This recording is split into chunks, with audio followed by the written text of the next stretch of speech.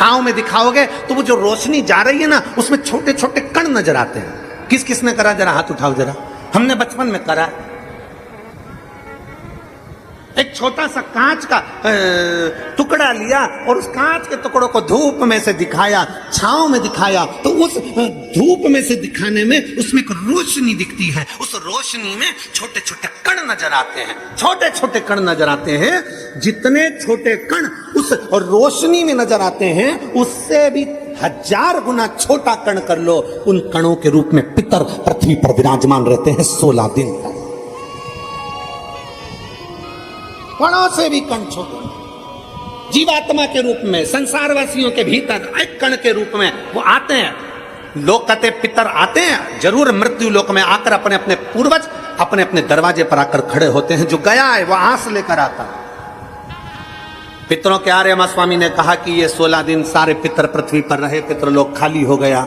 ये सब पितृलोक से आए हैं, इनके परिवार वाले भोजन देंगे, ये आस लेकर आए हैं। क्योंकि जैसे घर की बहू को सास से आस रहती है कि मेरी सास मुझे सोने की अंगूठी देगी, मेरी सास मुझे पायल देगी, मेरी सास मुझे वस्त्र देगी, मेरी सास मुझे ये देगी, उसी तरह घर के जो जीव चले गए, जो मर गए, जो शांत हो गए, जो चले गए, उनको आस रहती है कि हमारे घर का पर पोता, हमारे घर का पोता, हमारे घर का बेटा, हमारे घर की बेटी, हमारा दामाद, हमारा रिश्तेदार हमको भाग देगा। पहले घर जाते हैं, वहां नहीं मिलता तो नाना के घर जाते हैं, वहां नहीं मिलता तो फिर दूसरे बेटी दामाद के घर जाते हैं, कहीं से कुछ मिल जाए। तो आर्यमा स्वामी ने कहा अपने भोले बाबा से, हे शंभु, हे त्रिकालदर्शी कैलाशी, ये 16 दिन श्राद्ध के पितृ रहते हैं पृथ्वी पर।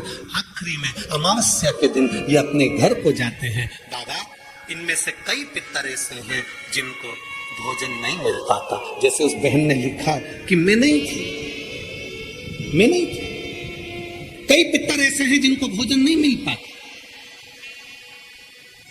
कोई एक साधन ऐसा बता दो शंकर भगवान, कोई एक साधन ऐसा बता दो भोलेनाथ कि अगर 16 दिन पितरों की कोई गलती भी हो गई हो, पितरों को भाग भी ना मिला हो, पितरों का अपमान भी हो गया हो, तो आखिरी दिन ऐसा कोई उपाय बता दिया जाए, आखिरी दिन ऐसा कुछ कर दिया जाए जिससे सारे पितर तृप्त होकर आशीर्वाद दें और उनके वंश को आगे बढ़ाने का, फलने फूलने का वर देकर पितर अपने घर को चले जाएं। भगवान देवादिदेव महादेव मुस्कुराकर माता पार्वती जी की ओर देखे और मां जगत जननी भगवान शिव की ओर देखी और भगवान शंकर ने कह दिया, सुनो आर्यमा, जितने पितृ आप पितृलोक में वापस लेकर जाओगे, अगर वो पितरों का नियम है 16 दिन श्राद्ध में खाते हैं, भोजन करते हैं, अपने अपने धूप में आप लोग घी शक्कर छोड़ते हो, कंडे के ऊपर, गोबरी के ऊपर, ये धूप में आप दे देते हो, गाय के रूप में, कुत्ता के रूप में, पक्षी के रूप में दे देते हो। तो भगवान शंकर ने कहा सारे पितर 16 दिन भोजन करते हैं, अमावस्या के दिन इन पितरों को आप नदी, तालाब, बावड़ी, कुआं, सरोवर, जो पानी का स्थान हो, कोई नदी हो, कोई तालाब हो, कोई बावड़ी हो, कोई कुआं हो, कोई सरोवर हो, ये सारे पितर वहां पानी पीने के लिए आते हैं। जल पीने के लिए पितर पहुंचेंगे। अपने गांव में जो नदी है, तालाब है, बावड़ी है, कुआं है, हैंडपंप है, हाथसी है, जो है उसके पास में ये जल पीने के लिए पहुंचेंगे। तो सुनो आर्यमा स्वामी, अगर संसार में रहने वाला मनुष्य पितृपक्ष की अमावस्या को, पितृ मोक्ष अमावस्या को, जो कि कल 2 अक्टूबर की है, पितृपक्ष की अमावस्या, पितृमोक्ष अमावस्या जो कि कल 2 अक्टूबर की है, अगर पितृपक्ष अमावस्या के दिन प्रदोष के समय पर, प्रदोष का समय जानते हो ना, सूर्यास्त के समय जब होता है प्रदोष का समय, अगर घर का व्यक्ति एक घी का दीप लेकर उस जलाशय, नदी, तालाब, बावड़ी, कुआं, हैंडपंप, जो उसके पास में हो, जो जलाशय पास में हो, वहां पहुंचकर प्रदोष काल में दक्षिण की ओर दिया जो लगेगा उसमें बत्ती लंबी लगेगी, गोल बत्ती नहीं। कौन सी बत्ती? लंबी बत्ती। लंबी बत्ती जानते हो सब लोग? कपास की जो बाती होती है वो लंबी वाली, गोल बाती नहीं, फूल बाती नहीं, लंबी बाती। कपास की बाती को लंबा कर कर वो बाती घी के दिए में रखकर बाती का मुख दक्षिण का कर कर अगर दीप प्रज्वलित किया जाता है तो वो घर के पितर कभी बद्दुआ नहीं देते, उन पितर आशीर्वाद देकर ही जाते हैं। हमसे अगर अपमान हो गया, भोजन ना करा पाए, भाग ना दे पाए, कुछ तकलीफ हो गई, कोई कष्ट आ गया, हम हमारे पूर्वजों को नहीं पूछ पाए, तो पितृ मोक्ष अमावस्या के दिन मतलब कल 2 अक्टूबर को शाम के समय प्रदोष काल में अपने पास में जो नदी हो, अपने पास में जो बावड़ी हो, अपने पास में जो कुआं हो, अपने पास में जो हापसी हो, अपने पास में जो हो तुम्हारे नजदीक में, और अगर कुआं, बावड़ी, हापसी, तालाब कुछ भी नहीं हो तो पीपल का पेड़ या बट वृक्ष या पीपल का वृक्ष या बेलपत्री का वृक्ष, इसके नीचे अगर तालाब, नदी, कुआं, बावड़ी नहीं है तो उस वृक्ष के नीचे अगर दक्षिण की ओर बाती का मुख कर दिया जाए और वहीं पर बाती को जला दिया जाए, उस दीपक को प्रज्वलित कर दिया जाए और अपने पूर्वजों को प्रणाम कर कर वापिस अपने घर पर आइए, पितृ दोष कभी नहीं हो सकता, पितृ शांत ही रहेंगे, पितृ शांत ही रहेंगे। भगवान शिव कहते हैं, सुनो आर्य मां स्वामी, ये प्रदोष काल का समय मेरा, और शंकर भगवान कहते हैं ये मेरा और पार्वती के भ्रमण का समय है। प्रदोष काल का समय 33 कोटि देवता, भगवान इंद्र अपनी इंद्राणी के साथ रोज घूमने नहीं जाते, नारायण भगवान अपनी लक्ष्मी के साथ रोज घूमने नहीं जाते, 33 कोटि देवता अपनी अपनी धर्म पत्नी के साथ रोज घूमने नहीं जाते, पर केवल एक देवाधिदेव महादेव ऐसे हैं जो अपनी धर्म पत्नी के साथ नंदी पर बैठकर प्रतिदिन प्रदोष काल में शाम के समय मेरे शंकर पार्वती भ्रमण पर जाते हैं। भ्रमण आर्य मां स्वामी, प्रदोष काल में मैं और पार्वती दोनों नंदी पर बैठकर जाएंगे, नंदी पर बैठकर जाएंगे, और जिस सरोवर, जिस तालाब, जिस बावड़ी, जिस कुआं, जिस स्थान पर लोग दीप दान कर रहे होंगे, वहां के सारे पूर्वजों को, पितरों को हम स्वयं अपने नंदी पर बिठाकर पितृलोक छोड़कर आएंगे। ये शिव तत्व है, ये शिव तत्व है। और खाली ना जाता कोई दर से तुम्हारे, खाली ना जाता कोई दर से तुम्हारे, मैं भी खड़ी हूँ नंदी बाई को सारे, अपने हृदय लगा लो गिरा जा रहा हूँ, उठा लो भोले अपने दर से, अब तो ना टालो, गिरी जा रही हूँ, उठा लो। पितृपक्ष की अमावस्या मतलब 2 अक्टूबर, भगवान देवाधिदेव महादेव खूब आनंदमय भाव से अपने पितरों के निमित्त जलाशय, नदी, तालाब, बावड़ी, कुआं जो तुम्हारे पास में हो वहां जाकर घाट पर दीप दक्षिण की बाती लगाकर उसको प्रज्वलित अवश्य करो, अवश्य।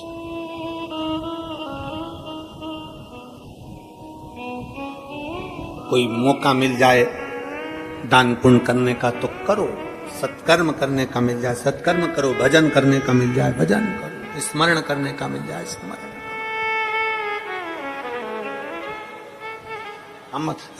हम फिर वापिस अंजुम ताई जी को और आमदार सुहास अन्ना जी को बहुत बहुत साधुवाद देते हैं। ताई, इतने सारे भक्तों को, शिव भक्तों को भोजन कराने के लिए लोग आमंत्रित करते हैं, पर श्राद्ध पक्ष में आपके इतने शिव भक्त नांदगांव के जो इस सामने बनी भोजनशाला में भोजन कर रहे हैं ताई, उसके लिए आपको साधुता देते हैं, बहुत बहुत साधुता। इतना शिव भक्त, मेरे ओघड़ी शंकर का इतना भक्त, आपकी जो सामने भोजन भंडारा चल रहा है उसमें इतने शिव भक्त अगर भोजन कर रहे हैं तो ताई आपको बहुत बहुत साधुवाद है, उसके लिए बहुत बहुत साधुवाद। अन्ना जी आपको बहुत साधुवाद। कितना लोग तड़पते हैं कि हमारे घर लोग आए और श्राद्ध पक्ष में मुख झूठा करें, इतने शिव भक्त आपके भोजन भोजनशाला में मुख छूटा कर रहे हैं, उसके लिए साधुता को श्री शिवाय नमस्तुभ्यं। साधु साधुता है, बहुत बहुत साधु। कितना कितना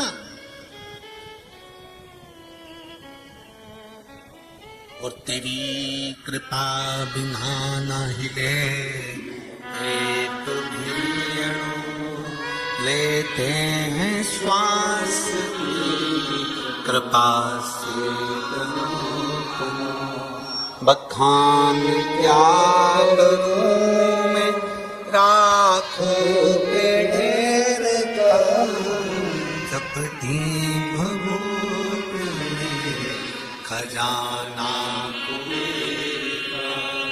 हे गंगाधार मुक्ति द्वार ओंकार तू, भोले ओंकार तू, आयुष तिहार शंभु तार तार,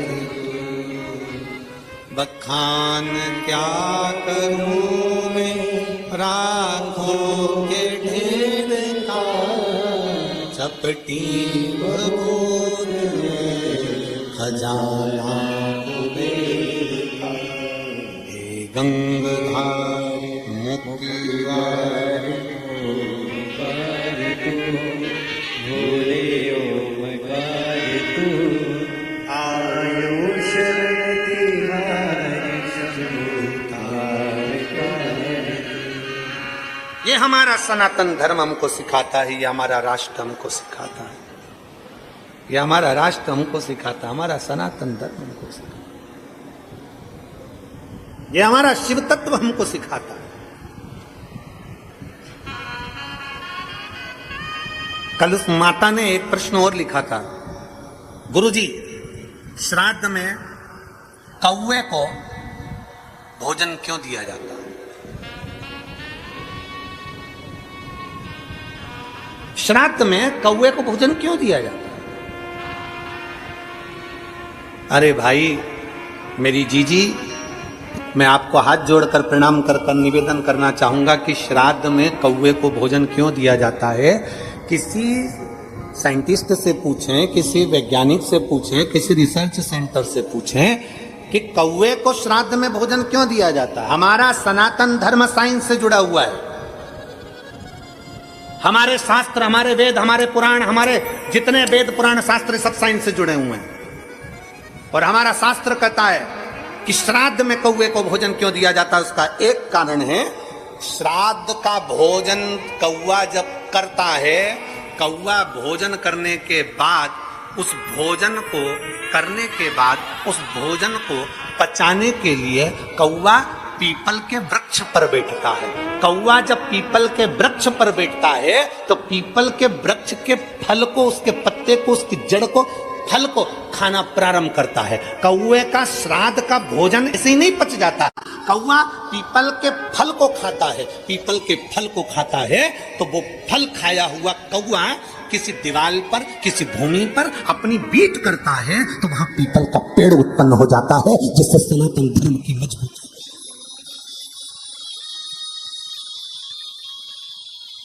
पीपल का वृक्ष उत्पन्न हो जाता है, पीपल का वृक्ष, क्योंकि वो प्रकृति की रक्षा के लिए है, प्रकृति की रक्षा।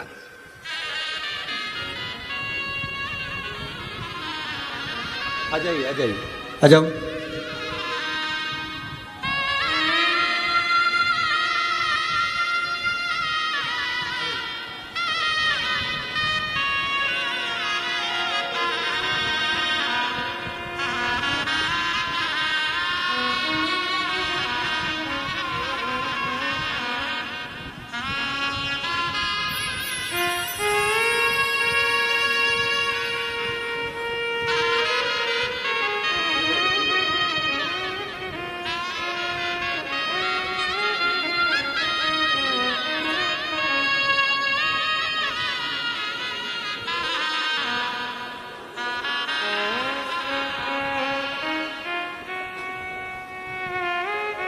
श्राद्ध पक्ष का, श्राद्ध पक्ष का वो भोजन कौवा पचा नहीं पाता, पीपल का फल खाता है, भोजन पचाता है। कितना विचित्र है हमारा सनातन धर्म। जरा देखिए कि एक पक्षी भी एक वृक्ष को लगाने की दम रखता है, तो आप और हमारा भी फर्ज बनता है कि कम से कम अपने पूर्वजों के नाम से एक वृक्ष जरूर लगाना चाहिए, एक वृक्ष जरूर लगाना चाहिए। ये सनातन धर्म की मजबूती है, सनातन धर्म की।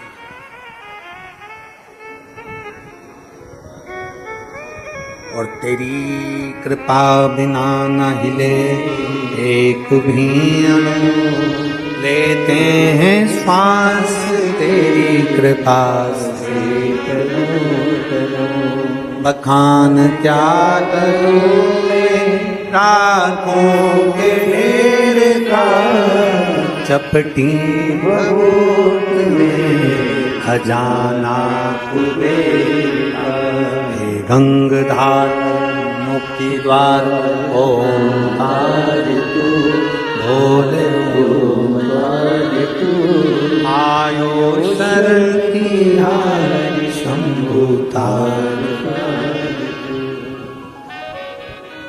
चारों तरफ प्रकाश करने की सामर्थ्यता सनातन धर्म की है, सनातन धर्म।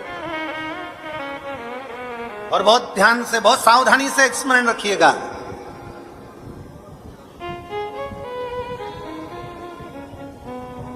दिन में सूर्य प्रकाशित करता है, दिन में सूर्य प्रकाशित करता है, रात्रि में चंद्र प्रकाशित करता है। दिन में सूर्य प्रकाशित करता है, रात को चंद्रमा प्रकाशित करता है, रात को चंद्र प्रकाश करता है, और तीनों लोक में सनातन धर्म प्रकाश करता है। ये हमारा सनातन, ये हमारा सनातन धर्म है। दिन में सूर्य प्रकाश करता है, रात में चंद्र प्रकाश करता है, और तीनों लोक में सनातन धर्म प्रकाश करता है। ये हमारे सनातन धर्म की मजबूताई, इसका प्रकाश भूमंडल पर सदा आनंद देने वाला है। आनंद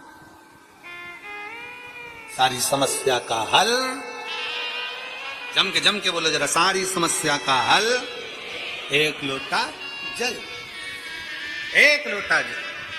प्रतिदिन चढ़ाइए, प्रतिदिन शिवालय जाइए, प्रतिदिन शंकर के द्वार जाइए, प्रतिदिन शंकर का स्मरण करिए, फिर कथा करिए। चिंता और चिंतन में अंतर है, बहुत अंतर है। वही चिंता चिंतन की कथा चल रही है, वही समुद्र मंथन की कथा चल रही है, वही समुद्र मंथन की कथा। असुरों को गुस्सा आ गया, असुरों ने सोचा हम काहे को शंकर जी को जल चढ़ा, हमें क्या करना शंकर जी को जल चढ़ा। अरे भाई, शिव महापुराण की कथा कहती है चाय और चरित्र जिस पर गिरते हैं, जिस पल गिरते हैं, दाग जाता ही नहीं है। चाय का भी दाग नहीं जाता, चरित्र का भी दाग नहीं जाता, इसलिए सावधान, बहुत सावधान। मेरे भारत की बेटियों से निवेदन है, संपूर्ण विश्व की बेटियों से निवेदन है, परसों से नवरात्रे चालू हो रहे हैं। सनातन धर्म की शुरुआत का ये एक अनूठा त्योहार है, नवरात्रि का त्योहार। मेरा संपूर्ण भारत की बेटियों से निवेदन है, संपूर्ण जगत की बेटियों से निवेदन है, इस व्यासपीठ के माध्यम से, इस नांदगांव की व्यासपीठ के माध्यम से संपूर्ण जगत की बेटियों से निवेदन है कि आपसे निवेदन है कि अगर गरबे में जा रही हो, गरबा खेलने के लिए जा रही हो, निवेदन है हमारे सनातन धर्म की मर्यादा के साथ जाना, वस्त्र ऐसा पहनकर जाना जो मर्यादित हो, वस्त्र ऐसा पहनकर जाना जो मर्यादित हो। हमारी मर्यादाओं को गिराने वाले वस्त्र पहनकर ना जाइएगा, मेरा बेटियों से निवेदन है।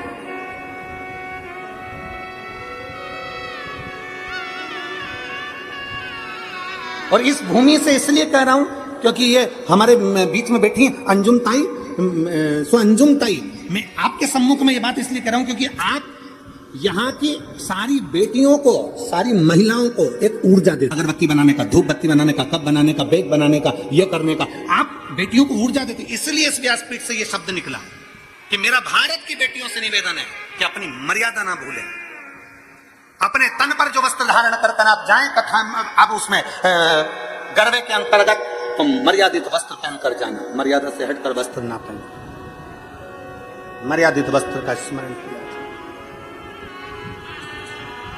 एक ऊर्जा आपके भीतर हो और वो ऊर्जा आपके अंदर रहना चाहिए। शिव महापुराण की कथा कहती है, भगवान शंकर का चरित्र कथा है, चाय गिरी कपड़े पर, दाग नहीं गया, चरित्र गया, दाग नहीं गया, नहीं गया। आप उसको मजबूत बनाए, उसको प्रबल बनाए।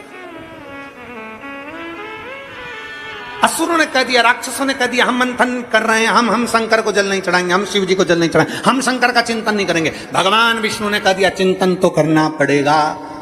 आप काम करते रहो और काम करते करते, समुद्र मंथन करते करते शंकर को याद करिए। शिव को याद किया, समझ लो कि शंकर का अभिषेक हो गया। शिव को याद किया, समझ लो शंकर का भजन हो गया। तुम याद, एक पत्र है,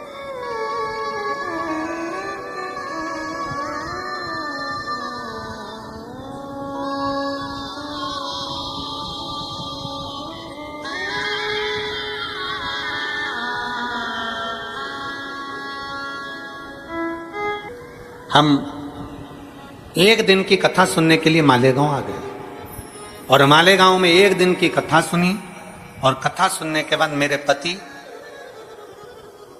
और मेरी पत्नी, हम दोनों मालेगांव से एक दिन की कथा सुनकर चल दिए, क्योंकि मेरे नशा करने की आदत थी, नशा छूटता नहीं।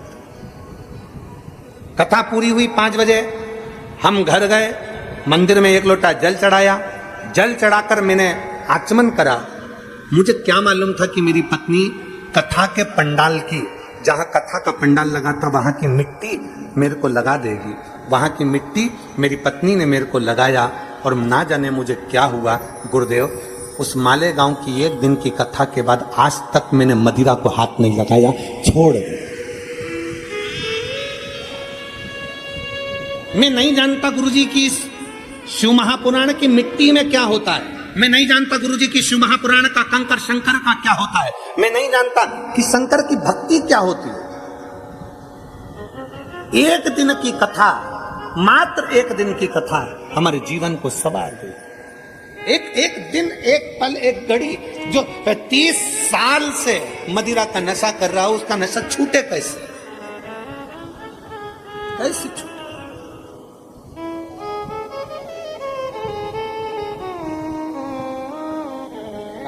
भजन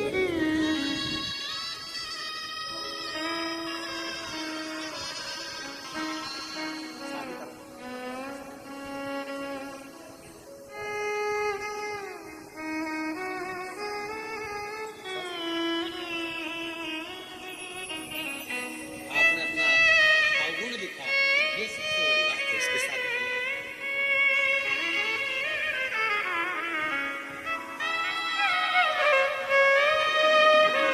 एक शिव भक्ति।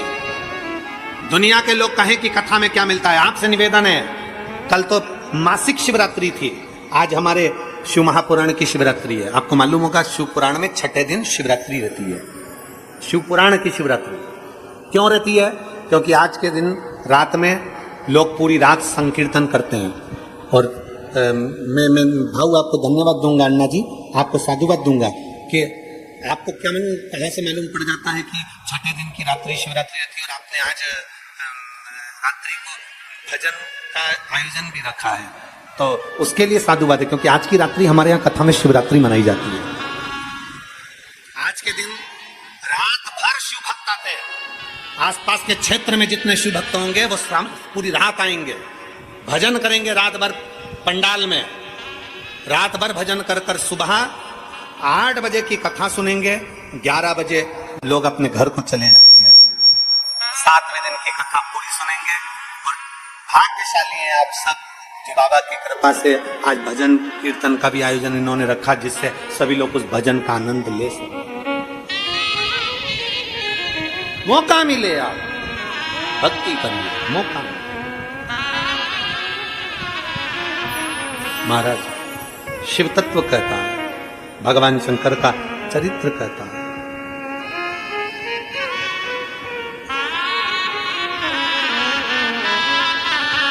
भगवान शंकर का पवित्र चरित्र वर्णन कर रहा है। अब दया करो हे भोलेनाथ, मस्त रहूं तेरी मस्ती में। अब दया करो हे भोलेनाथ, मस्त रहूं तेरी मस्ती में। मेरे सिर पर रख दो अपना हाथ, मस्त रहूं तेरी मस्ती में।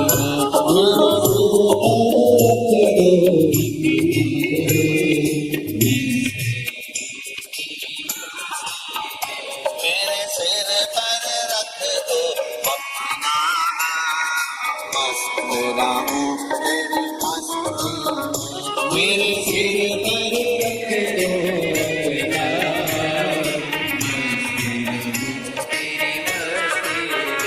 अब दया करो हे भोलेनाथ, मस्त रहूं तेरी मस्ती में।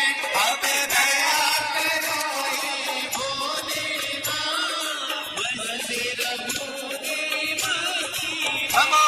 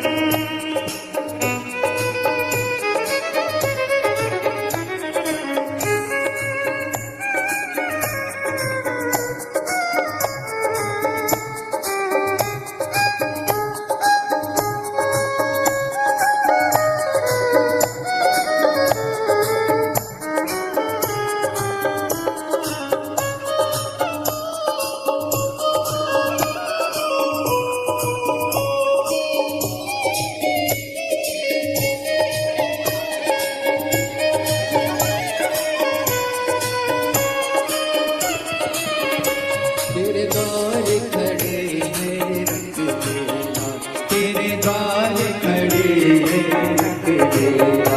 मैं तो झूम झूम के नाचूं आज, मैं तो झूम झूम के नाचूं आज। तेरे द्वार खड़े हैं रख देना, तेरे द्वार खड़े हैं रख देना। के नाचूं आज, मैं तो झूम झूम के नाचूं आज। अब दया करो हे भोलेनाथ, तेरी मस्ती में। अब दया करो हे भोलेनाथ, मस्ती रहूं तेरी मस्ती में। मेरे सिर पर रख दो अपना, मस्ती रहूं तेरी मस्ती में। मेरे सिर पर रख दो अपना, मस्ती रहूं तेरी मस्ती में। अब दया करो हे भोलेनाथ, मस्ती रहूं तेरी मस्ती में।